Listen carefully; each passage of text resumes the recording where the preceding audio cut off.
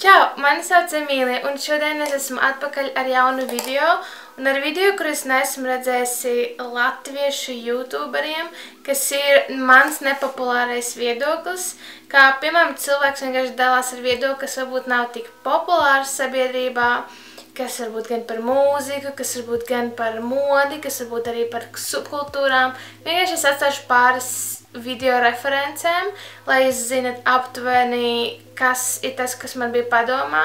Un šodien es vienkārši padalīšos ar pāris lietām, par kurām es nezinu, vai daudzam cilvēkiem ir tāds viedoklis kā man. Un viņas nebūs daudz, es vienkārši gribu paskatīties, vai vispār jūs sapratīsiet manu domu.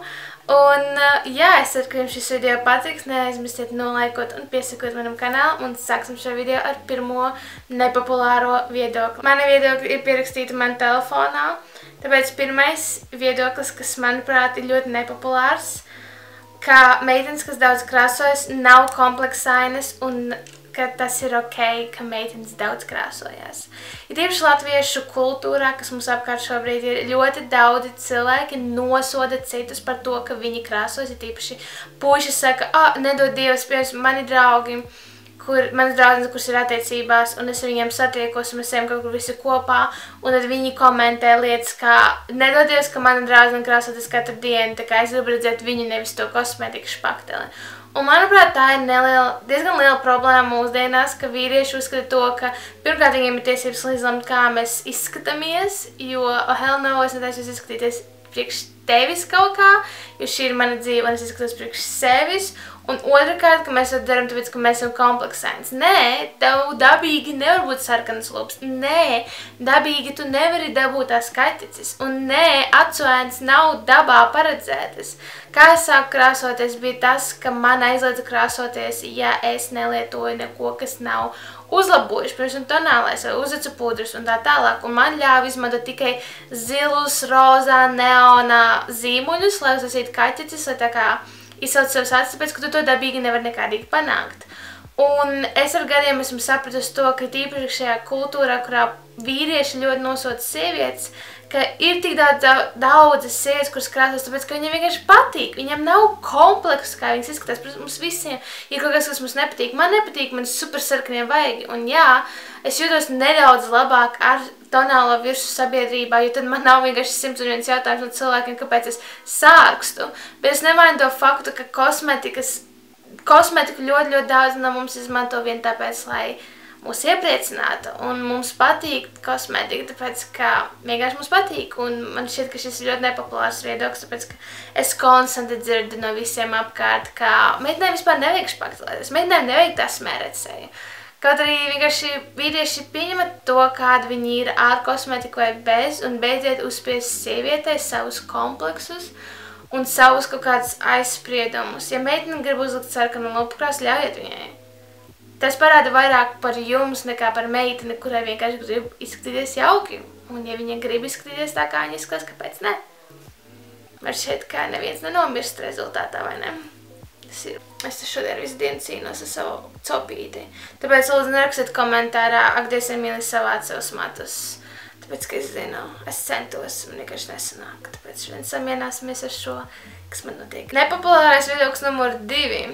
Ka latviešu YouTubes īstenībā ir diezgan labs. Un es tiešām, ne jau tāpēc, ka es esmu YouTubā, bet īstenībā jā, es domāju, ka man ir vairāk ieskats tajā kāds latviešu YouTubes, tāpēc, ka es zinu, cik daudz cilvēki apkārt investē laiku un spēku un darbu, tieši veidojot kontentu priekš jums, kas tur aiz ekrāna sēž.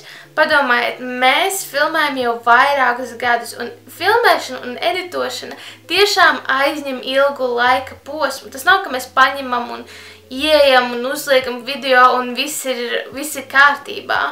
Un man savukārt ir ļoti daudz paziņas, kas ir YouTubā, kā jūs jau zinat, un es zinu, cik daudz laika un spēka viņi ir ielikuši šajā visā, un tas man visvairāk savā ziņā kaitina, kad cilvēki vienkārši domā, ka mūsu YouTube ir slikts, kaut arī ir tik daudz fantastiska kontenta šobrīd. Mums ir gan par vegānismu, Alisa Vailda, mums ir Niklau vlogi, mums ir Armis, mums ir Evelīnas video, Lotei fantastiski video, mums ir gan jauniešiem video, gan Endiļa meitene, mums ir tik daudz dažādu video, kurus filmē Baiva ar Gustavu, arī ļoti labs piemērs vlogi.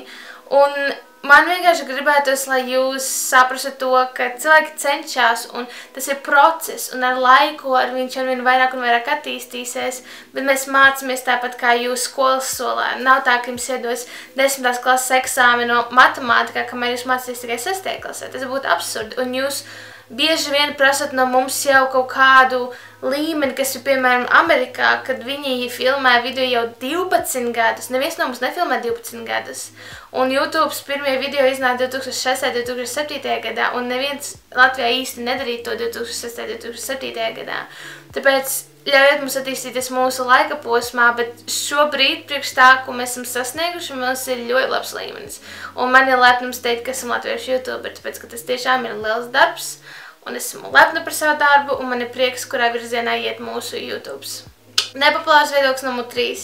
Un šeit es varu teikt, ka esmu ļoti bias, un es nezinu, kā tas ir latviski, un jā, jūs varat man sakt, lejā rakstīt komentārus, ka es runāju tikai angliski, bet es uzskatu to, ka jebkura sieviete ir skaista, un man jau sāk palikt nedaudz, ne jau apsirdismagi, jo man jau vienmēr bijis apsirdismagi, ka mūsu kultūrā vispār netiek reprezentēts ne apaļīgas meitenes, ne īsas meitenes, nekas citādāk reprezentēts. Un pat ar visām jaunajām subkultūrām un visādiem jauniem gājumiem, ne žurnālos es to īsti nedzu, jā, ok, vecākā gājuma, tā kā paudze, Indra Salceviča, tur, jā, ir tā kā visi tie reprezentējošās sejas, kas parāda, jā, plus size ir fine, more than size, jūs varat iegūlēt, tas arī ļoti amazing, ko savukārt Indra dara, un būs līdz seriāls, un viņš jau ir iznācis pati pilnībā, kas arī ir par to, ka sievietes skaists jebkurā izmērā, bet tik un tā jauniešu subkultūrā man šķiet, ka ir pārāk maz reprezentēšanas, un es esmu rakstījis uz modes modeļu aģentūrām runāt par šo situāciju, un mani visas ir noraidījuši, tāpēc, ka, lūk, šis nav skaistuma etalons, un skaistums ir tikai viens Latvijā, kas ir 1,70 m, zem 55 kilogramiem, īsti tā kā ļoti tieviņas un meitenes, kas nav slikti, tās meitenes arī ir ļoti skaistas. Bet ir tāda lieta, ka ārpus 0. izmēra eksistē vēl 2., 3., 4., 5., 6., 7., 8., 9., 10., 11., 12., 14., 15. Ir tik daudz iespēju, un man dažkārt ir skumji, ka mēs vēl, protams, ir postpadomjas savienībā, kurā puiši man raksta nevis zem manām bildēm, to esi skaisti, bet viņi raksta man privāti, tāpēc, ka vīriešiem ir kauns atzīt to, ka es viņiem patīku. Un arī daudzām manām paziņām, kuras ir šajā situācijā, vai kuras ir tā kā es, vai arī kuras ir, piemēram, nestandarta skaistuma, un man tas šķiet tik ļoti savā ziņā skumji, un ja jūs gribat storytime par vīriešiem, kuri aiz muguras savām čiepiņām raksta man, tāpēc, ka es esmu kaut kāds, nezinu, nestandarts, tad mēs varam sarunāt, vienkārši uzskatīt lejā. Un man šķiet, ka dažkārt, ka es vienīgā Latvijā domāju, ka visi ir apkārt ok, un kad manas draudzenes vai kaut kādi draugi, kas dzīvo ārzemēs, atbrauc uz Latviju, viņiem tāds, no, Emīlija, vēl projām ir tik draņķīgi Latvijā to vispār atzīšana, ka visi cilvēki ir skaisti vai kā. Un man vienmēr, jā, mēs joprojām esam rasistiski, mēs joprojām esam ļoti seksisti, mēs esam seksistiem. Mēs joprojām esam ļoti ļauni viens pret otru, un mēs joprojām sakam, ka meitene virs 42 izmēra ir resnākā galvaspilsētā. Un pēdējais, 4., kas ir nepopulārais viedoklis. Vīriešiem izklaides industrijā iet 1000 reiz vieglāk nekā meitenēm. Un ko es gribu pateikt ar šo? Vīrietis, labi, salīdzināsim. Es pastāstīšu tā kā salīdzinājumu, lai saprastu, ko es domāju. Meitene ieliek bildi Instagramā, kur viņa ir apakšveļā. Tur būs vismaz 50 līdz pat 200 komentāriem, ka viņa ir prostitūta, mauka, kuce, ka viņai vajag nomirt un nosprāgt. vīrietis ieliek, kas arī ir tā kā YouTubers vai izklaides, nu, jūs zinat, tā kā vīrieši, kuri arī ir mūsu vidē, ieliek bildi, kurā viņš ir vismazākajos peldbiksītēs uz planētas Zemes.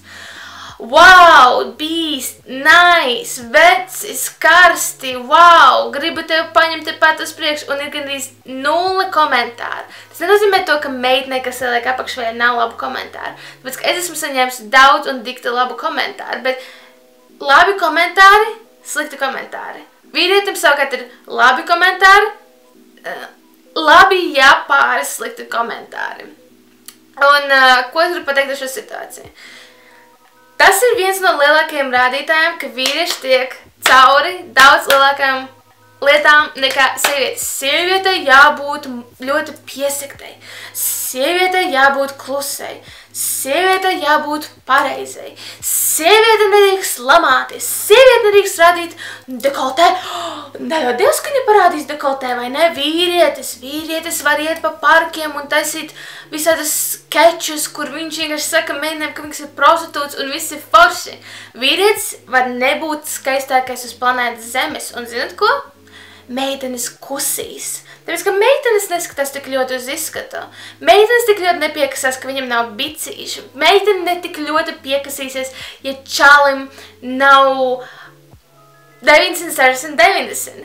Čaļi var būt dažādi, kamēr viņi ir šarmanti. Meitene var būt šarmanta, bet ja viņa nav konkrēti vēl standarta Latvijā, viņai būs tik grūti tikt izklaides jomā kaut kur tālu, viņai jābūt blondai, viņai jābūt garai, viņai jābūt tievai, viņai jābūt vienmēr laimīgai, viņa nekad nedrīkst skumt. Un es esmu tik daudz redzējis piemērs, kur sieviete tiešām amazing, un viņa nav standarta, viņai fantastiska harizma, bet viņa vienkārši tālu netiek, tāpēc, ka viņai saka, tev vajag mainīties. Tev vajag notievēt, tev vajag nokrāsot tam tumšiem brūniem, skaistiem matiem blondus, tā kā tu neesi Latvijas standarts. Un es saprotu to, ka jūs esat patērētāji un jūs gribat redzēt vienu standartu, es pieļauju. Bet vienkārši tas hipokrātisms, es esmu kaut kur dzirdējis, ka tādu vārdu nav. Hipokrātisms, es ceru, ka es sapratu domu, ir pārāk liels šajā gadījumā un, diemžēl, tas ir, ar ko mēs tā kā tiekam galā katru dienu, un vēl vīrieši neatbalsta sievietes. Sievietes ļoti cīnās par vienu otru, tā kā mēs tiešām atbalstam vienu otru, nu, protams, ne visi, bet vīriešiem ir, viņi dzīvo savu dzīvi, un viņi nekad neatbalsta palielam sievietes industrijā, kas ir ļoti skumji, tāpēc, ka viņam ir ļoti liels spēks, un tas tiešām nāktu par labu visiem mums, bet, nu, tu nevar prasīt, katrs dzīvo, katrs ēd savu maizīti, katrs cīnās par savu vietiņu. Un tas ir viss šim video. Es zinu, ka šie 4 viedokļi ir tīri teorētiski netik nedzirdēti, bet es vienkārši vēlu jums pateikt to, ka jums nav jādomā to, ka ja jums kāds viedoklis nesakrīt kāds citu, ka jūs esat sliktāki. Es vienkārši gribu turpināt izplatīt informāciju par to, ko es uzskatu par pareizi un par to, kam es ticu un kāds ir mans viedoklis. Un ja varbūt ar kādu no jums es rezonēju, tas būs tikai plus, vai ne? Tā kā tas ir tikai pozitīvi. Labas domas izplatās tālāk, nākotnē tā, lido kā tauriņi prom. Tas bija tik skumjš tauriņš. Un jā, paldies par to, ka noskatīties šo video. Vai es piekrītat maniem viedokļiem, vai es nepiekrītat maniem viedokļiem. Tas ir tikai mans viedoklis, tā es tikai uzskatu. Un es esmu jauna sieviete, kurai vienmēr var mainīt savu viedokli, bet tas ir pagaidām mana pieredze dotajā vidē. Un jā, kādi ir jūsu nepopulārie viedokļi? Un vai jūs gribat redzēt daļu numur 2 par stilu, par modi vai kaut ko tam līdzīgu? Es labprāt turpinātu šo video sēriju, bet jebkurā gadījumā paldies, ka noskatieties. Lai jums jauka diena. Tiksimies nākamajā video. Nedariet muļķības un turat buru.